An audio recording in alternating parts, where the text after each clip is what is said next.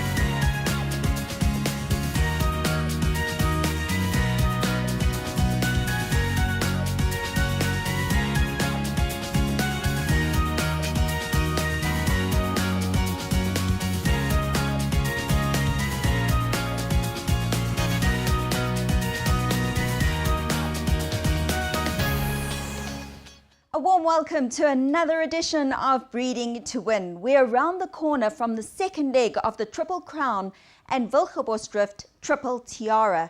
And even though Manx Hood has been sold and won't be taking his place in the SA Classic this year, taking the piece, winner of the Fillies Guineas, will be holding out for glory in the SA Fillies Classic. Certainly exciting times.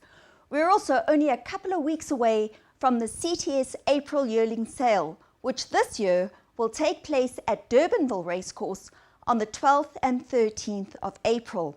More about that though in our next show.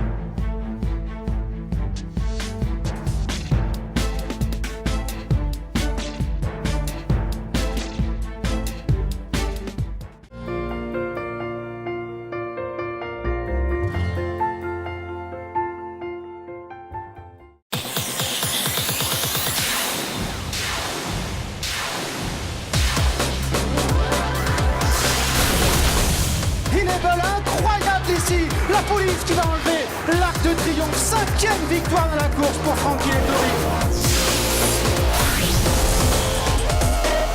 It's storming home, one of the last possible gasps for the Challenger thriller. What a finish to the Melbourne Cup. Brave is under pressure when they turn in. It's been a relentless run, Cup. Who's going to be the last man standing? Backing on through, then Wings of Eagles, with Samoa, Wings of Eagles swooping through, and Wings of Eagles gets up to win. His 3,000th winner. Vodacom, Durban, July. Gauteng Sansui Samaka.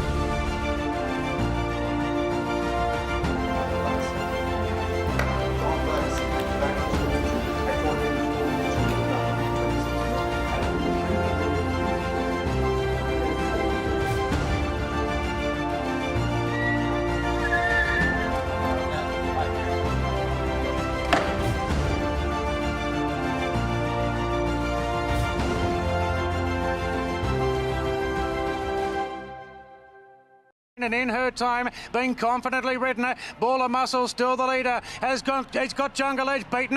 Viridine to the inside, and in her time to the outside. Here they come.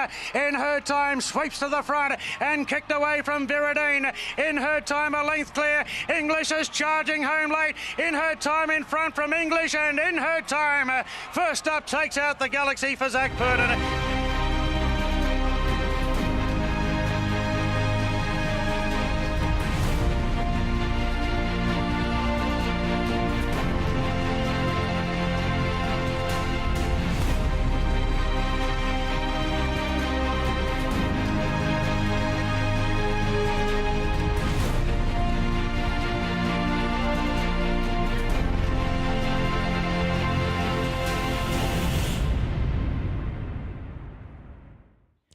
Central Route Trading held their horses in training sale at Kenilworth Racecourse last Thursday. The Breeding to Win team were on hand to bring you this report.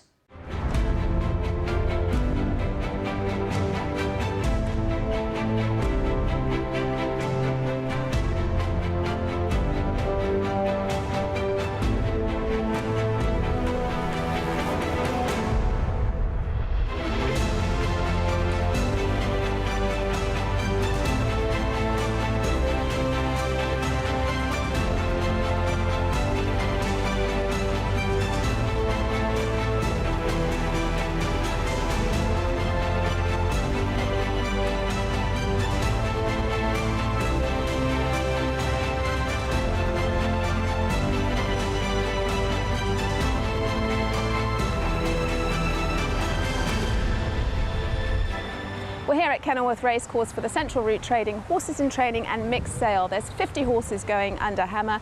The first lot will be coming into the ring shortly, and I'm looking forward to catching up with some of the top buyers a bit later in the afternoon.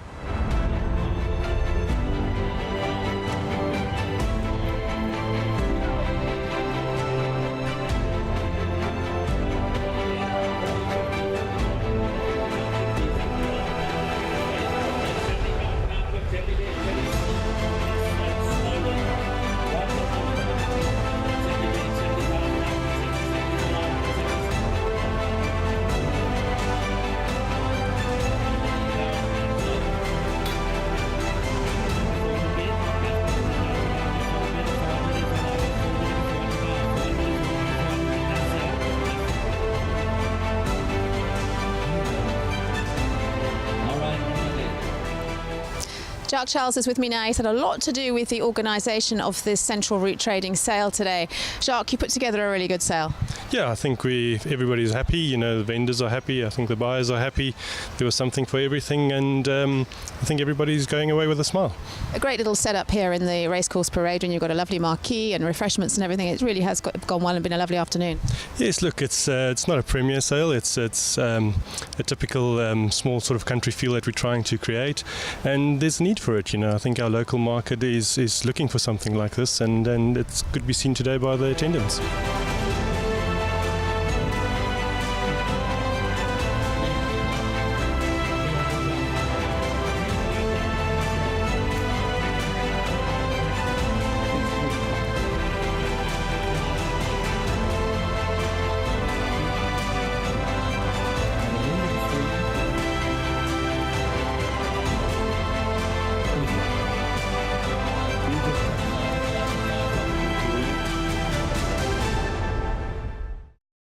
Today's auctioneer was Graham Hawkins, and once again he did a marvellous job. It was a pretty competitive little sale, wasn't it, Graham? It was a very exciting sale with lots of quality, so the market was competitive, and a very interesting sale for an auctioneer to do. Yeah, being just a small sale, it was quite amazing to see everyone so intense and concentrating. Yeah, and a lot of preparation work went into it, looking at the horses behind the scenes. There was also a lot of action from around the country on the phone, and Corker and Terzi did particularly well, buying a fistful of horses as well. So I thought the prices were fair. I thought they were really fair. In fact, one or two of the mares I thought might make a little bit more, but such is the market at the moment. Marsh Shetliff had a successful sale here at Kenilworth, picked up some very nice purchases indeed. It was a good sale for you, Marsh. Yeah, Fiat was. We had 16 on dispersal, and we bought a number back, but in saying that, we wanted to buy the better mares back because we do breed, and we thrilled with the prices. I think it was a very fair sale. I had people coming to me and saying, you know, do you want to buy some back? And I said, yeah, and they were saying, well, we won't bid against you. And I said, that's not the idea. You know, if they go for good prices, I'm a seller. So I think, you know, the sale went very well for all, and fair prices. I think the aggregate was around about 9 million or so for a tiny sale like this is very good.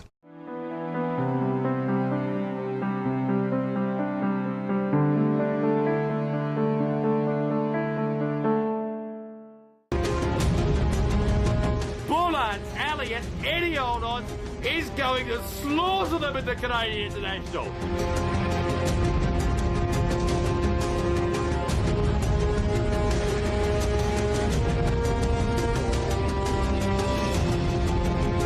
I'll have another has won the Kentucky Derby.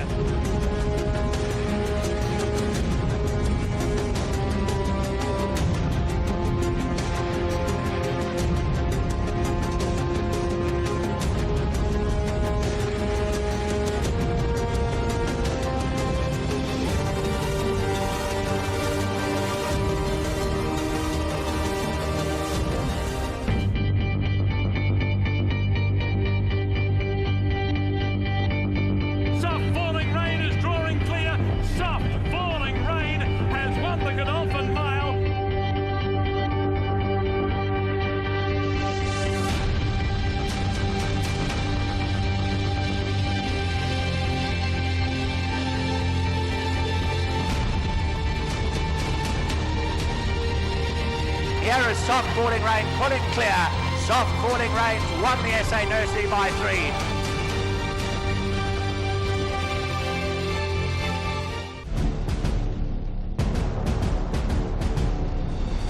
And the King of the Goals has won.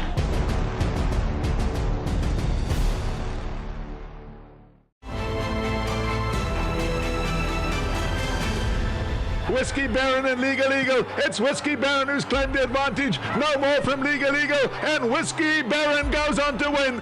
Edict of Nantes is in front, the yellow cap. He's going on strongly. Nothing got a chance on him now. Edict of Nantes drawing away in the closing stages. Goes away to win it comfortably. Edict of Nantes going great guns from El Sahem. Horizon's back third. Edict of Nantes from El Sahem. Edict of Nantes takes it to another level. Lady of the House, gimme 6 on the inside. Lady of the House pulls it out. Captain America from Trip to Heaven, and Captain America going great guns. Captain America to shine. But the leader Sail South, and it's Sail South going on.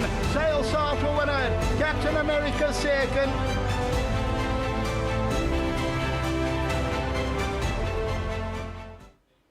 Brett Crawford enjoyed a very successful KwaZulu-Natal season last year, which resulted in him opening a satellite yard in KwaZulu-Natal last October. Fee catches up with Brett to find out about his new operation and how it's going. Well, it's lovely to have Brett Crawford on this week's show. Once again, Brett's been very competitive down here in the Cape summer season, and it's that time of year where all the trainers are taking their horses to Durban, and Brett has already sent his string along. Brett, your string this year, pretty competitive. You've got Captain Al, Sail South going, among others. Yeah, you know, Pete, the old stalwarts of the yard, Captain America lines up once again. Sail South joined him, so they'll obviously follow pretty much a similar route to last year. They'll probably go for the drill all and then the Gold Challenge and the Champions Cup, I would think. Then obviously from a younger perspective, we've sent White River, who his run in the Derby was below par. He's far better than that, but we'll be aiming him at the Daily News. Undercover Agent, who won the sales race on the day, he will be running in the Burley Turk and in the Guineas. We're not sure if he's going to go further than a mile just yet, but those are the two races we've got in mind. And then obviously in the sprint department, we've got Search Party. He'll go and he'll obviously run in the Golden Horse. And Bold Respect, who had a tough season, you know, probably gave him one run too many this season, but anyways had a nice break. He's freshened up well, and he's a horse with loads of ability, and that race being a handicap, you know, he should come in off a good galloping weight. So looking forward to the sprinters going. And then obviously we got an exciting 2-year-old in Traces, who won on Mete. He won the listed race, only his second start.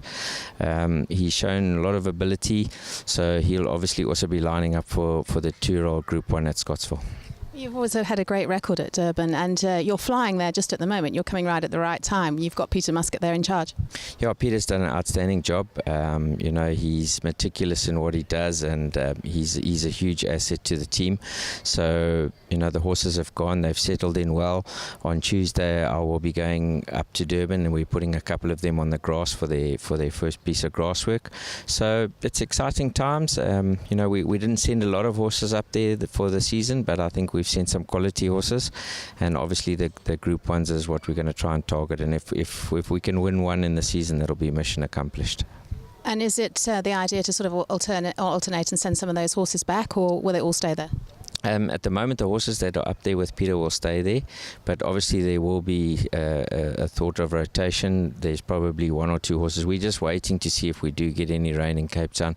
I've got a few horses that are desperate for that, but it's not looking likely at the moment. So hopefully the rain comes and we won't have to move them, but if it doesn't, then obviously those are horses that we need to consider shifting around.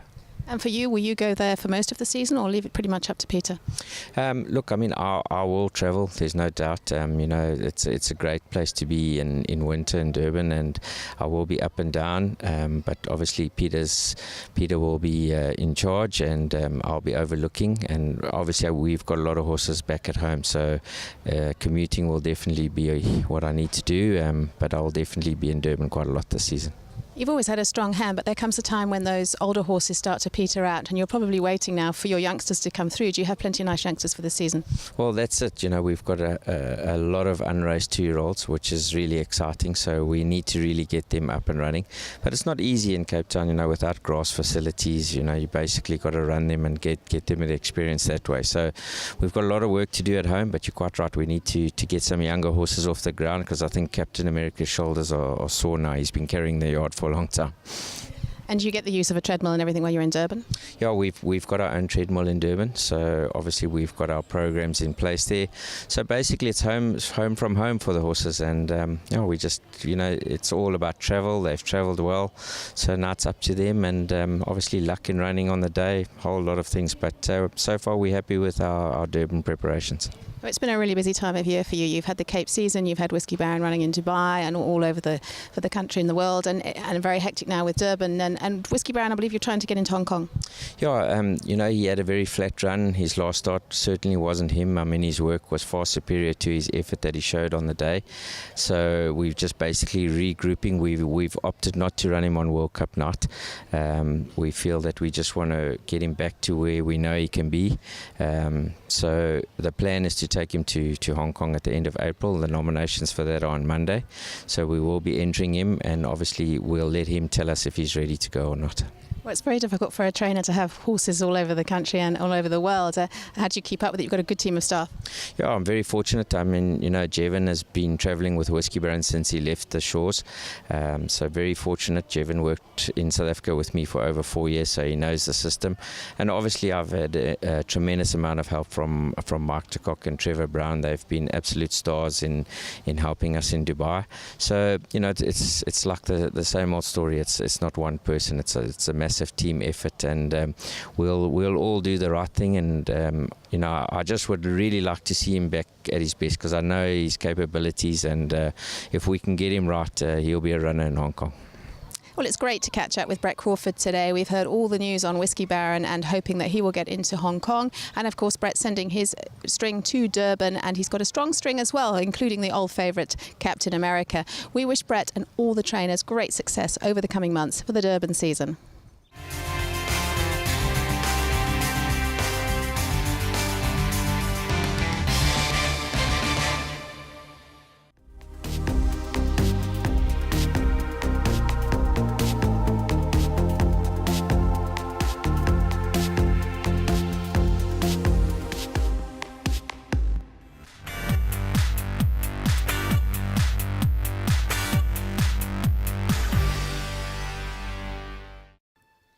Glenn Cotson trains at Woodhill Racing Estate, situated in the Paarl Winelands, an ideal location to pre-train and train equine athletes.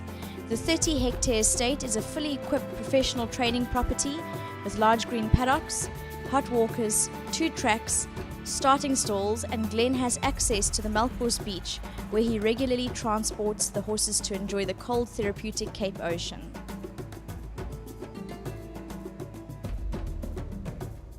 Throughout the last decade, Glenn has produced multiple graded winners, including Badger's Gift, the TBA Paddock Stakes Grade 1, Big City Life, Vodacom Durban July, Lady Windermere won the South African Filly Sprint, as well as the Garden Province Stakes. Princess Victoria won the Allan Robinson Championship and the Garden Province Stakes. Glenn currently has Gold Standard, a striking son of champion sire Trippy, and an outstanding 3-year-old son of Dynasty, Eyes Wide Open. Glenn Cotson bases his principles on a good work ethic with the backing of a professional team, attention to detail, family values, and good friends. The new online betting site GG Gaming was recently launched last year. Fiona Ramsden chats to Greg Bortz to find out more about GG Gaming.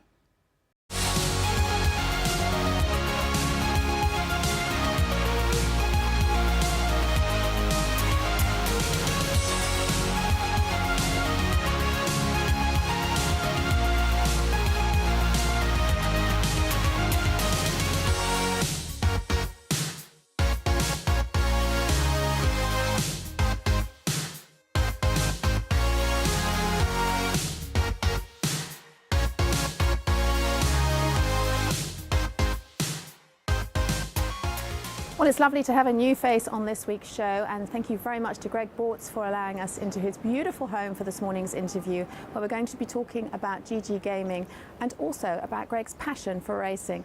Greg, thank you very much for having us this morning. Let's start off with your passion for racing. I mean, you've been keen since a very, very young age. Yeah, probably way too young. I can tell you the story because the statute of limitations has expired, but I think I took my first place accumulator when I was 9. So I was, I grew up in Durban, grew up quite close to Greyville Racecourse. Could always hear the racing when it was going on. In those days, you could hear the crowds roaring as well, and the bug bit. And then I had a good friend of mine's dad, the late Martin Sternberg, owned racehorses and took me to David Payne's yard, where I got to see his horses, and that was it. I was done from age 9. And been passionate about it ever since. Hooked for life. But you took a little bit of a break out from South Africa, didn't you? You went to the UK and to LA. Yeah, so, these days were just sort of pre-internet, so there was no staying in touch, as it were. And I left South Africa in 1994, went to live in London for 2-3 years, and then moved to LA, and lost complete touch with racing. Racing in the US and the UK wasn't the same for me. I think the commentators don't commentate the way our guys do, lack the passion, and I sort of lost interest. And I was also focused on building my life and my new business career and things of that nature, and completely lost touch with racing. That is, I couldn't tell you any July winner or anything like that from 1993 when I left South Africa. And when I came back here in 2012, just by circumstance, I met Bryn Ressel, who, as you know, is one of the premier racehorse owners and successful racehorse owners in this country, and was in his apartment, and he had pictures on the wall. I think it could have been of Pocket Power or whomever it was, and that was it. And there was a sale coming up, and we went to an auction, and that was in November of 2012. Always dreamed of owning a racehorse, and I left that auction in November of 2012 with 17 of them. Wasn't the way I drew up the plan, but the way it worked out, and haven't looked back since. Well, Bryn's a wonderful man to be racing with, among other great partners that you have. That has been the best thing of all. I mean, when I came to South Africa and came back to South Africa in July of 2012, it was only our intent to be here for a year. That was the plan. Take a year out, show my kids Africa. They grew up in Los Angeles, never been to South Africa. All of my family and all of now my ex-wife's family lives in LA, so they had no reason to come back to see family because family was all there. So that was the sole purpose. So when I came back here, didn't really have any friends in South Africa. All had long since emigrated or what have you. So it really was meant to be for family time, and wasn't planning on racing. But through racing and through buying horses, I've met the most amazing people.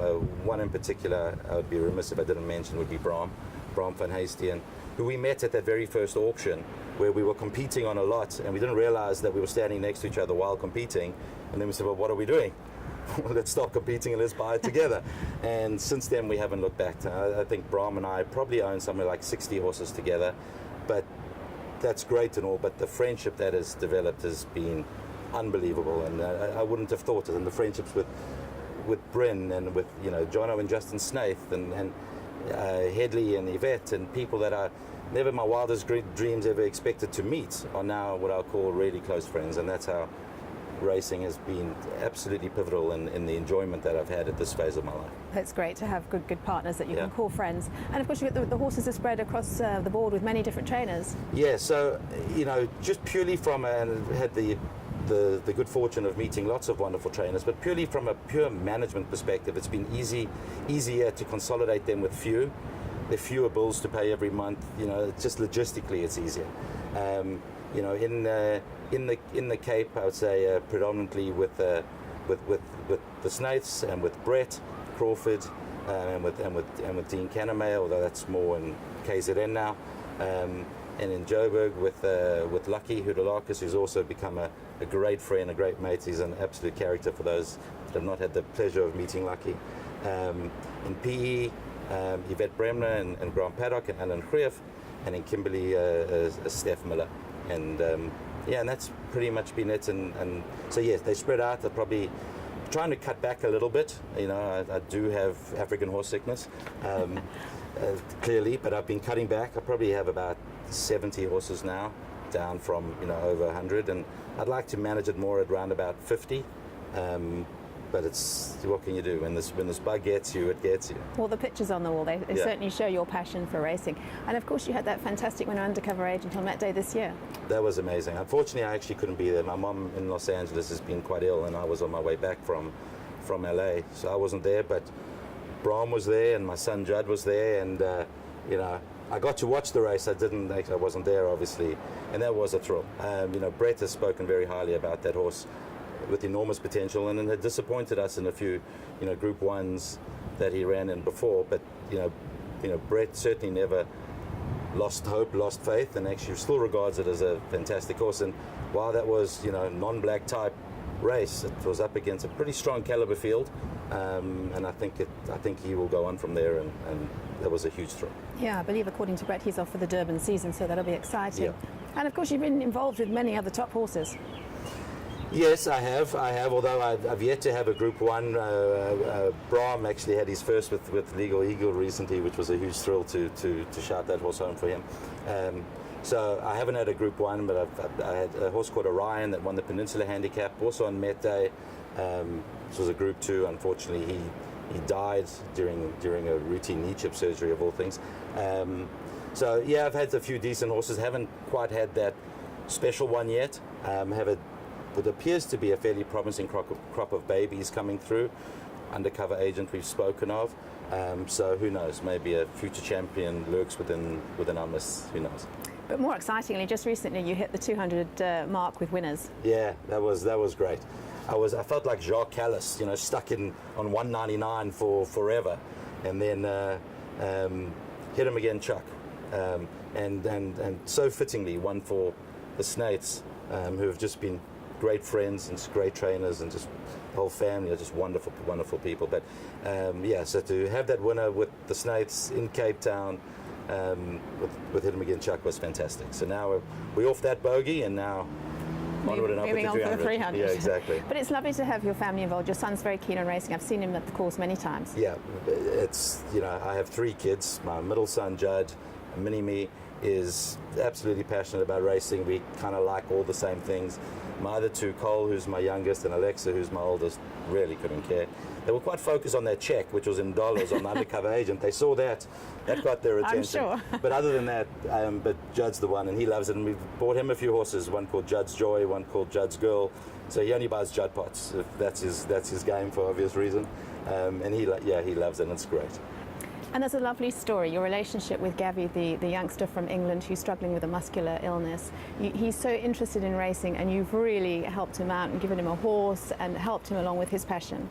It's a very sad story, although Gavi wouldn't want any of us to be sad for him, because he's certainly not sad for himself. But I have a good friend of mine in London who has a good friend that is the father of this child, Gavi, and he told me the story. My friend, whose name is also Greg, told me the story that Gavi has what is called Duchenne's muscular dystrophy, and it will kill him. He will die from it, and as to how long he has left, it's not for us to know. But this kid wakes up every day, and he is passionate about horse riding. He's loved horses his whole life. He's been an avid show jumper and rider, and now he's lost the use of his legs.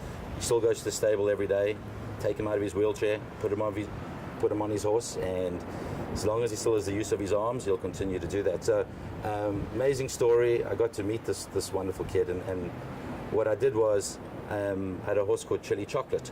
Well, you back up. The horse wasn't called Chili Chocolate when I bought it. Bought the horse and said to Gavi, this horse is racing for you. This is your horse. So Gavi named the horse Chili Chocolate, and he sent me a wonderful message as to why he wanted that name.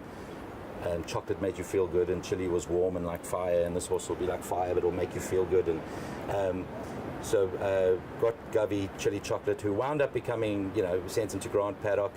First was with Johan Hilse van Vuren in Joburg, and then went to Grant in PE, and both did wonderful jobs and sent lots of clips the whole time, and the horse was training, and would send Gavi every time the horse won. And I think she finished a 5 or 6 time winner and became the East Cape Poly Horse of the Year or whatever, and he just got so much thrill from it, and he would go on and all the sites and watch the clips of it running, and it just gave him lots of joy. And you know, it's glad we could do something for someone that is so passionate about horses. It's so special for him. It's so special. Fantastic work. Now, we could talk all day about racing and our passions for racing, but let's move on to GG Gaming. It's a business that you started, something we all need to know a little bit more about. It's online betting of all sorts, I believe. So it was kind of weird how it came about, which is, since I've been in South Africa, I haven't really looked at any business opportunities. All my business interests are outside of the country, and for a number of reasons, I thought I'd keep my business interests there and keep my fun stuff here. I had no plan to get into business, but then an opportunity presented itself, not GG Gaming, but another opportunity that I'm still exploring that looks fantastic. I'm still exploring that, but in order to execute on that opportunity, it would require me to get a gaming license. So I thought, well, apparently that can be a fairly lengthy process, and there's lots of due diligence that the gaming boards do and all that stuff, and particularly with me being from overseas and what have you, the work's a lot harder to do. So I figured I might as well start that process now, even if I don't proceed with that other opportunity. So then I got my gaming license, and then like, well, what now? I thought, well, might as well use it. And I was introduced to a great guy by the name of Gary Lenton, who has a long history in horse racing industry and the sports and you know, in the betting markets, and he's a very, very knowledgeable guy, but more importantly, just an absolutely wonderful guy, my kind of people. I said, well, listen, Gary, I'd like to pretend that I know what I know, but I really don't know. I don't even know what I don't know. So come on in and join me. And so Gary has been running the business. So is it hence the name GG Gaming? Hence GG, a play on GG's as well as G&G. So GG Gaming was born. And really what it is we are just a full service bookmaker, both online and over the telephone. I think what we've tried to do a little differently, and hopefully we're succeeding at it, but it's not for us to judge, it's for our customers to judge. We've tried to accommodate those punters that prefer a bigger bet, as opposed to, you know, only taking small bets. We're sort of starting on the other end of the spectrum, at least over the telephone. So we're full spectrum. If you take your bets online, you know, that can accommodate punters that enjoy putting 5 Rand on, up to putting 30,000 Rand on. But if you want to put $500,000 Rand on a horse, or 800,000 on a sports team, as we've had quite a few punters do, that'll be done over the telephone. So we're trying to accommodate to the full spectrum. What we try and do is offer the best possible service, particularly over the phone. We have such a wonderful team of people in our offices. Everybody, no one is a clerk. Everybody feels like a partner. They have a vested interest in the business, in our customers, and try to provide the best service we can. So for me, it's been an absolute thrill, because I've gambling since I was 9 years old. The difference is now, instead of me taking the bets, I'm receiving the bets. Sometimes a little frustrating when somebody comes and has a punt on something that I really fancy. You know, you got, why did they call us? But nonetheless, you've got to accommodate everybody. And actually, biggest culprit has to be Bram van Heesteen, because Bram and I own 60 horses together. If Bram could have a bet on the change of wind direction, he would, right? I mean, Bram, you know, bless his heart, he's obsessed with it. So what happens is we own so many horses together, and I know exactly what's happening. As soon as a trainer says your horse tomorrow has an outstanding chance, I hold my head in my hands. I know what's about to happen. There's nothing I can do with the information. It's all going to be Bram is going to have a go. So that's been fun. We just have a good laugh about it, you know, like Undercover Agent, which we were absolutely passionate about it winning. But Bram, he wasn't content with winning the big dollar prize check. He had to have a bet with GG Gaming and had to take us to the cleaners, which he did, bless his heart. But anyway, that's what it is. It's a passion. So if you want to bet on volleyball in Kazakhstan at 3 a.m. you can. You go to gggaming.bet. If you want to bet over the phone, we have the phones are staffed almost 24 hours, not quite, but at least 20 hours a day. Amazing people over the phone. We welcome all customers of all sizes. The only pledge that we can give you is that we'll absolutely do our best. There's some wonderful other bookmakers out there. I'm good friends with a bunch of them. So we're not trying to say that we're the best. we know what we want to do. For those punters that want big bets, we want to be able to accommodate them completely. Come to us, we'll do the best we can to fill all of your needs. For those that want smaller bets, we'll like to accommodate you too. We know it's a competitive environment. You know, lots of great websites out there, you know, lots of great bookmakers out there. We just want to do the best we can, and from our perspective, it's just a passion. It's a passion and it's a hobby, and hopefully that flows through to our people, to the way that our customers have the experience. Hopefully that passion and enjoyment comes through. Customers are not the enemy.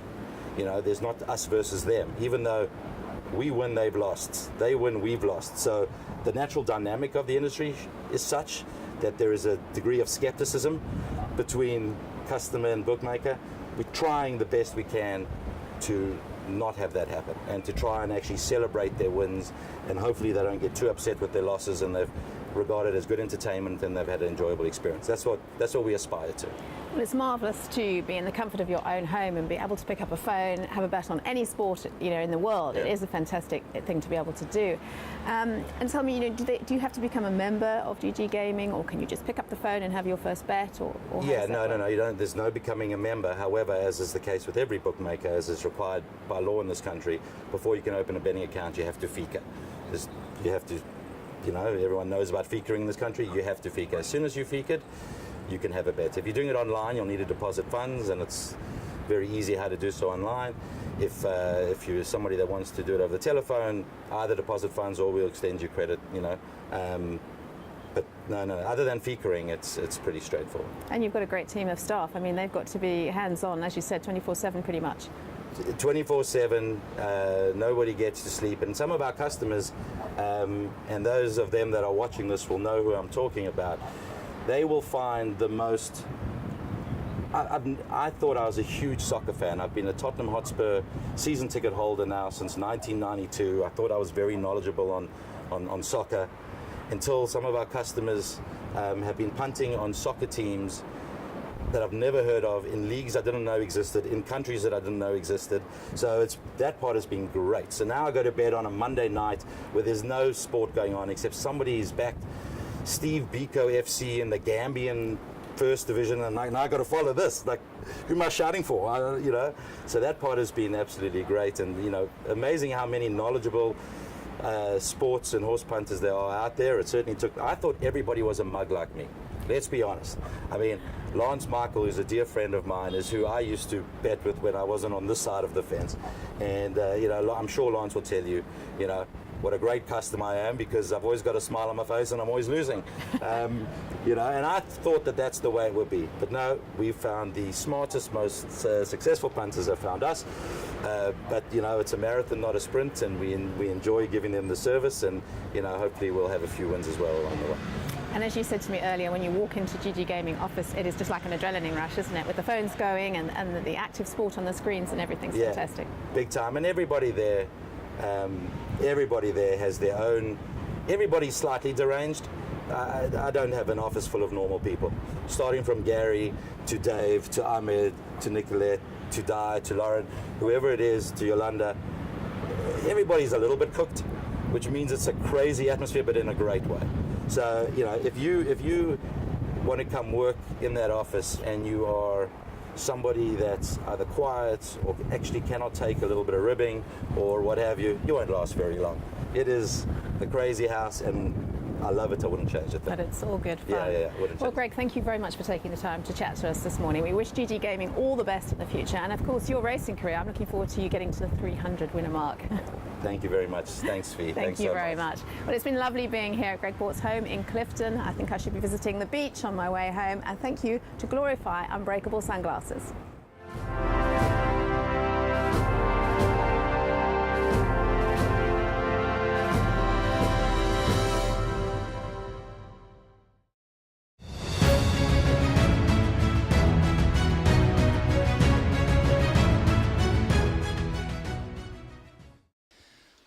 Lyle Hewitson would have to be one of the most talented riders that South Africa has ever produced. Well, he'd have to be. If he can break a record set by 11-time South African champion jockey and champion jockey of Great Britain, Michael Roberts, and of course Gavin Lerena, who smashed his record, he has to be one of the greatest. And he's got until the end of the year to absolutely obliterate that record. A record that may be even greater than the 334 that Anthony Del Pesce set for his title, but that was as a fully fledged jockey. This is an apprentice record, but there's no doubt that if he continues to show the kind of improvement that saw him start off as a little mite, that he will be one of South Africa's greatest jockeys. It's early days yet, but let's catch up with Lyle Hewitson at the Ryan Jockeys Academy to find out how it all started and what makes him tick. You've obviously heard of this expression, 20/20 vision in hindsight. So very easy to predict the future when you know what the past was. But the bottom line is that you've come from a very strong horsey background, a father that was an exceptionally talented jockey, might not have realized his true potential, but when did Lyle Hewitson believe that this kind of thing could happen to him? Look, it was always a dream of mine to race ride and to be successful. I always used to say to Yvette when I was at the yard, imagine one day I could ride a horse for you.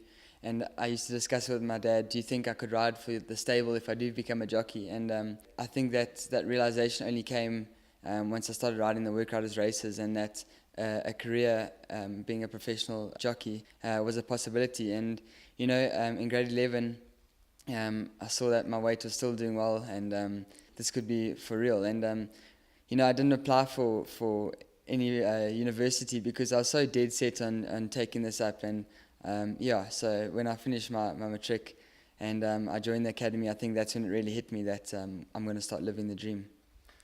Now, before we get to Michael Roberts or Gavin Larena, who are your natural successors in this particular endeavour as an apprentice, it's amazing that two of the finest jockeys that this country have ever seen have come out of Port Elizabeth. It seems like a really fertile ground for great jockeys. Yes, we do actually seem to produce good jockeys in PE. I don't know what it is. It must be in the water. Maybe, I think it's the horsey backgrounds. Pierre, he had his father bringing him up. And like you said, my dad, I think, a great horseman and a great rider, and something I might not have realized being so young at the time. But from what I've seen and what I've heard, I think what you said, that he never reached his full potential, is very true. I've probably taken those sort of abilities from him and learned from where he went wrong and put in the hard yards to achieve what I could. Well, the irony really is that you're sitting on a scale. It's a very famous brand scale. They have them all over the world, but that appears to have been your dad's enemy, because I know what a great judge of pace he was, and I know exactly how balanced he was. He was an exceptionally balanced rider. I didn't get to see much of it, but I've heard a lot, and I've seen a few videos, and I think you're spot on. Exceptionally balanced. He has amazing hands. Still to this day, the best judge I know. Yeah, I think the weight was something that told, and maybe just I think a lot of opportunities were missed, and I think that's what this game is about. Is every opportunity you get, you need to take full advantage of, and that's why I've been so fortunate that I could learn from him, and he could guide me to be where I am today. Obviously, there's not just one part of this equation. The other part of the equation is a loving mother that also happens to be a very fine horsewoman. Yes, my mum, she'll always say that she's not a great rider, but that's just in her modesty. She's a lovely rider, and I actually also learned a lot from her from playing polocrosse, and in the same breath, her fiance Henry. So yeah, I've learned a lot from them, and like you say, she's a loving mother, and I think in terms of character, I've learned a lot from her, which has stood me in great stead to be where I am today. Divorce is never an easy thing to deal with, but I think your mom and dad have coped admirably, and in fact, as a result of their separation, they've remained really good friends, and it's given you an opportunity to go to Kersney, because I have my doubts whether you would actually have ended up at Kersney College if your mom and dad had stayed together in Port Elizabeth. I was very young when divorce happened, and it never really affected me. I thought it was a pretty cool life that I could go spend one weekend here and one weekend there. So, yeah, that didn't bother me. I think being in high school, obviously being a boy, it was tough not seeing my dad every weekend. But that's what made the holidays and half-term breaks and the likes so special, is that I could go down there, and my holiday was riding work, and it's all I wanted to do.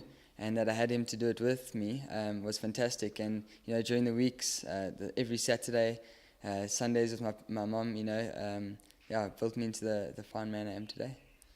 What's incredible is the fact that you had a contemporary at school in the name of Damon Del Pesce.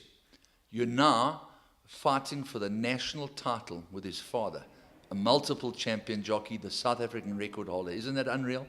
Yeah, it's such a small world. It's actually, I got goosebumps just thinking about it now. Damon and I were good friends through school. We are good friends, and I used to go to his house every weekend, and whenever Anthony would get on the exerciser before races, I'd go sit in the gym and watch him. And, you know, I probably have to be honest, I've learned a lot from Anthony too, because I was close to them and I took a leaf out of his book.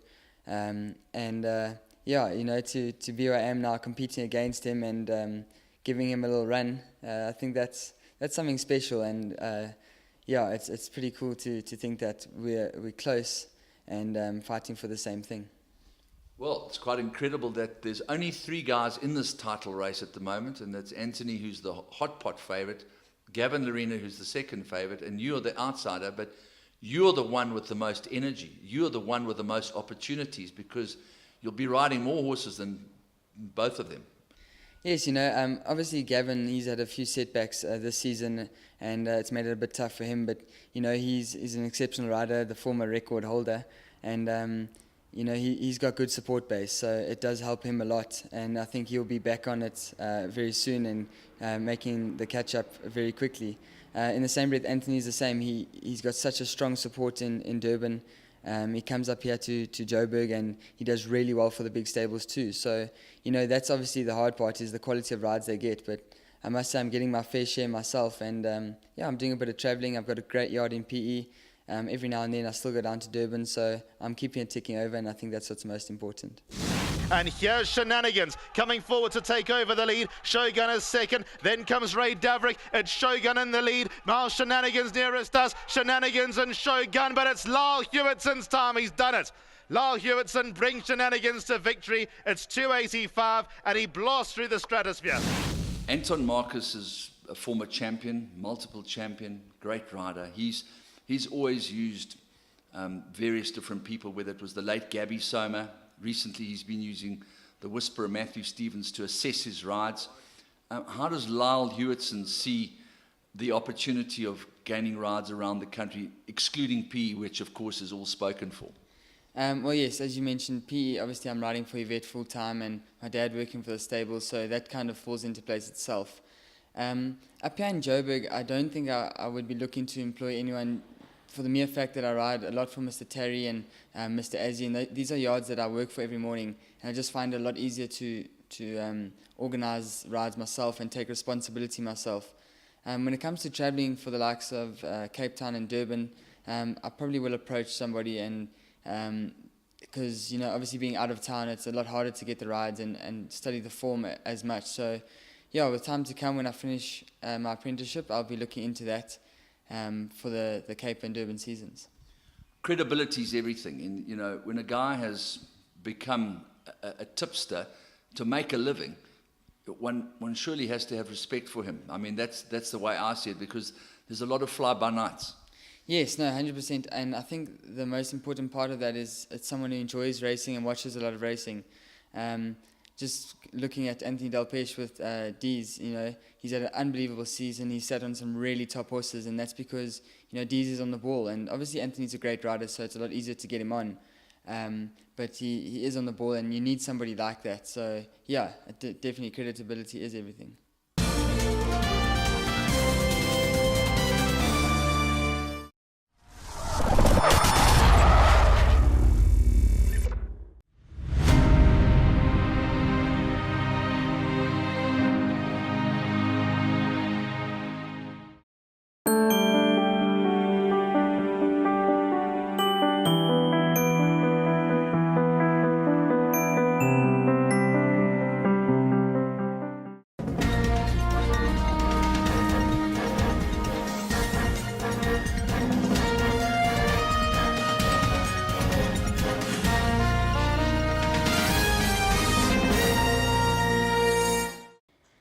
That's a wrap for this week's edition of Breeding to Win. Join us for our next show on Sunday the 8th of April, where we will be focusing our attention on the CTS April yearling sale. Until then, from myself, Julie Alexander, and the Breeding to Win team, good night.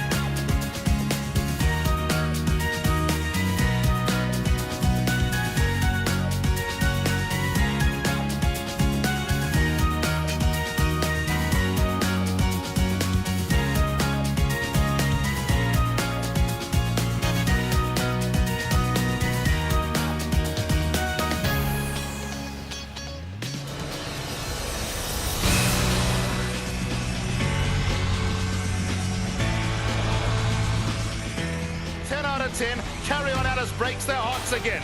Pulling clear in the closing stages. Smart Call wins the Champion, and Smart Call comes home to win it in the main Chance Farms Paddock Stakes.